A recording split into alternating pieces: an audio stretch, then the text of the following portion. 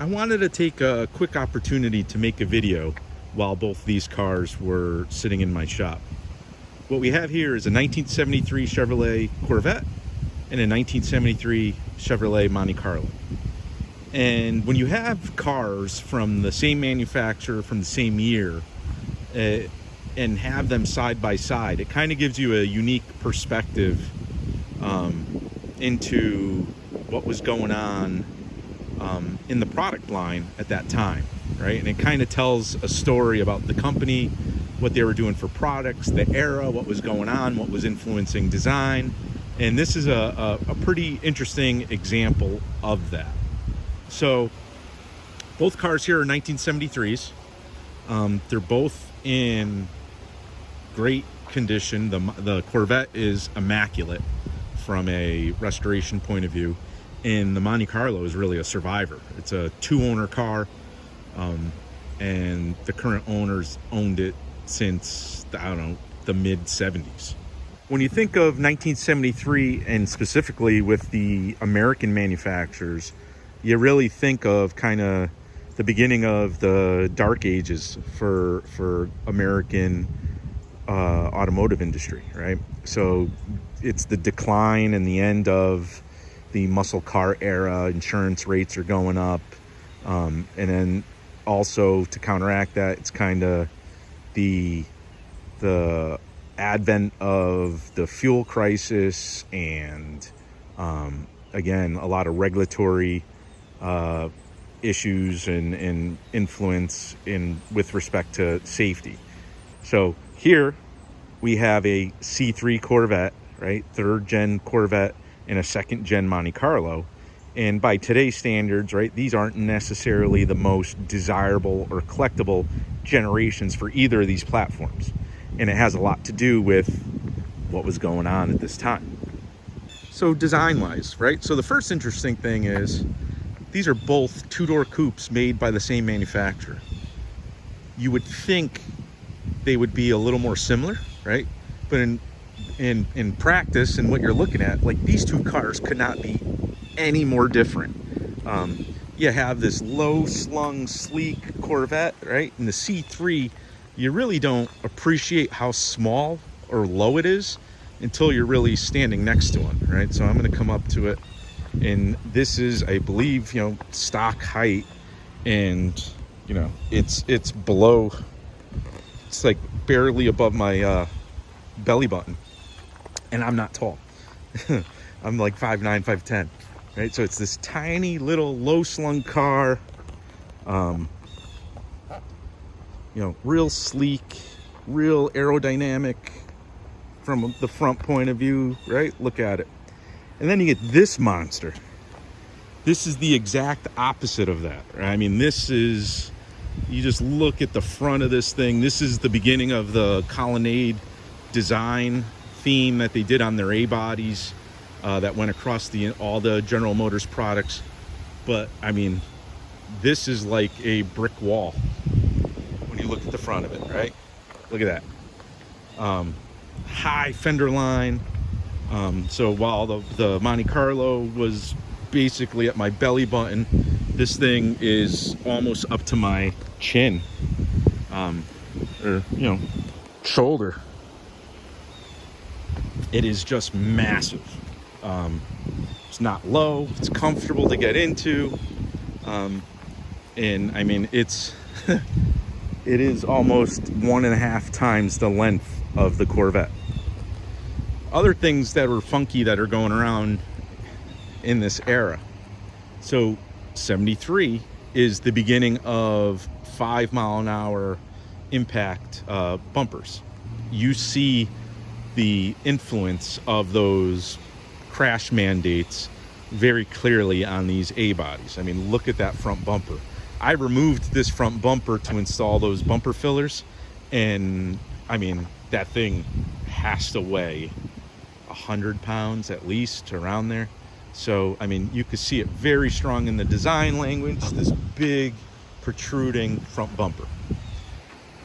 The Corvette is also meeting this mandate. So the C3, which was introduced in '68, up until 1973, so a 68 through 72 Corvette had a chrome front bumper across the front, and they'll refer to it as like a blade style bumper. In order to meet the mandate, they basically, this is the first year of the urethane bumper, the plastic bumper. So the bumper beam is concealed by this cover, and the way they did it, by concealing it and tying the lines back to the fenders, it's still a very sleek design, if not more sleek than the prior C3s that had the metal blade bumper. So very different effect or treatment of that 5 mile an hour crash rating that was required for 1973. The goofy thing about 1973 and Chevrolet is the mandate was just for the front bumper. So as we move around to the backs of these cars, the regulation didn't impact the design of the rears.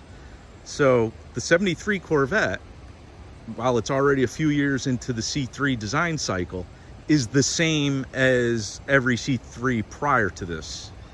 The 73 Monte Carlo is a brand new design. And if you look at it, it's a nice, tight-fitting rear bumper.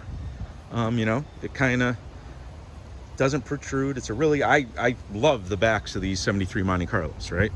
So it's a unique design in that it's nice, tight-fitting. Why am I pointing that out? 1974, the 5 mile an hour regulation also applied to the rear of the car. So what did that happen? If you look, a 1974 C3 introduced a total redesign of the rear where the bumper was gone. The chrome bumper was gone, and instead of like the ducktail flip up of the taillight panel, it was a sloped down. And I'll overlay that image here. But what ends up happening is the 73 Corvette is really easy to identify because it's really the only year that had the plastic non-chrome bumper in the front and the chrome rear. Chrome bumper on the rear with the older style tail panel. So it's really a 1 year only design.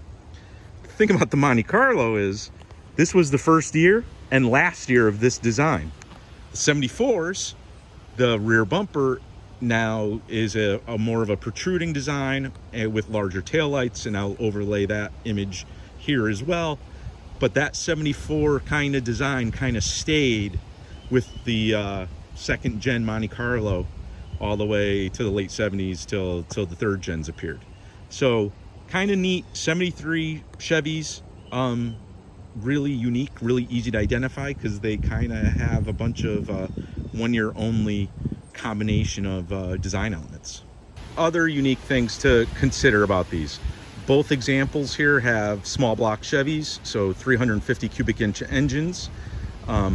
They both were offered with 454 big blocks.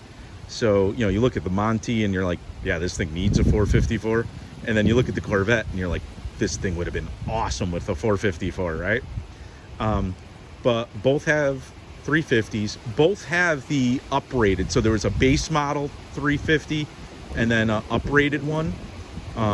Still, it was 1973, so the numbers aren't anything to write home about. I want to say the Corvette was rated at like 250 horsepower, if I'm not mistaken, and the Monte Carlo isn't even that. Again, what I like when you compare cars from the same manufacturer from the same year, you start getting an appreciation for the part spin. Like you pop the hood and you see the same valve covers, the same oil filler caps, the same emissions equipment, the same fasteners, clips, that sort of stuff. I don't know. I just find that interesting. Again, you get an appreciation for these things were being mass produced. This was a company that had a product life cycle, and they were trying to make cars and turn a profit. There's things that they both have that are annoying, and I think it ties back to the safety era. Both have this obnoxious buzzing inside when you put the car in drive and don't have the seatbelt fastened. It's ridiculous. Interior wise, they're similar. Kind of interesting. Both cars, the C3, especially this year, This was the beginning of trying to kind of transition away from a sports car and more to a grand touring car, in that it's actually nice to drive. They're quieter inside. They had a little more insulation. They were a little more comfortable. They weren't as tight. They were, you know, they weren't as small. Again, it's super low, but it's actually fairly comfortable to get in there. Again, I'm not very tall, but I don't see a huge issue. Like when you look at this car, you're like, oh, a tall guy can't drive this, or a wide guy can't drive this, but that doesn't seem to be an issue. But you'll see, you know, same radio, same knobs. There's some quirks, things like this. I'll do another video of a in-depth review of this particular car. But you carry over to the Monte, and same radio buttons. Yeah, you'll see a lot of similarity. This thing is, I mean, these doors are just ginormous, as you can see there.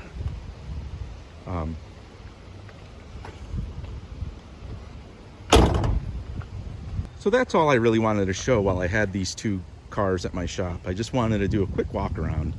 And if you ever get a chance to look at like two cars from the same exact year, from the same manufacturer, just compare them and start looking and, you know, saying, all right, what influenced this part of the design? What's going on? You know, why are both these cars in the product line? You know, imagine going into a dealership and seeing these two things on the floor, you know, along with the Camaro, you know, and be like, oh, you know, what would draw you with one way or the other to making your purchase. I'm going to be doing a more in-depth review of this particular Corvette, and I have a whole series on me prepping that Monte Carlo, pulling it out of storage and prepping it to get it back on the road. So if you want to get more information about either of these cars, just look at my other content. Otherwise, like this video, subscribe to this channel, and we'll see you soon.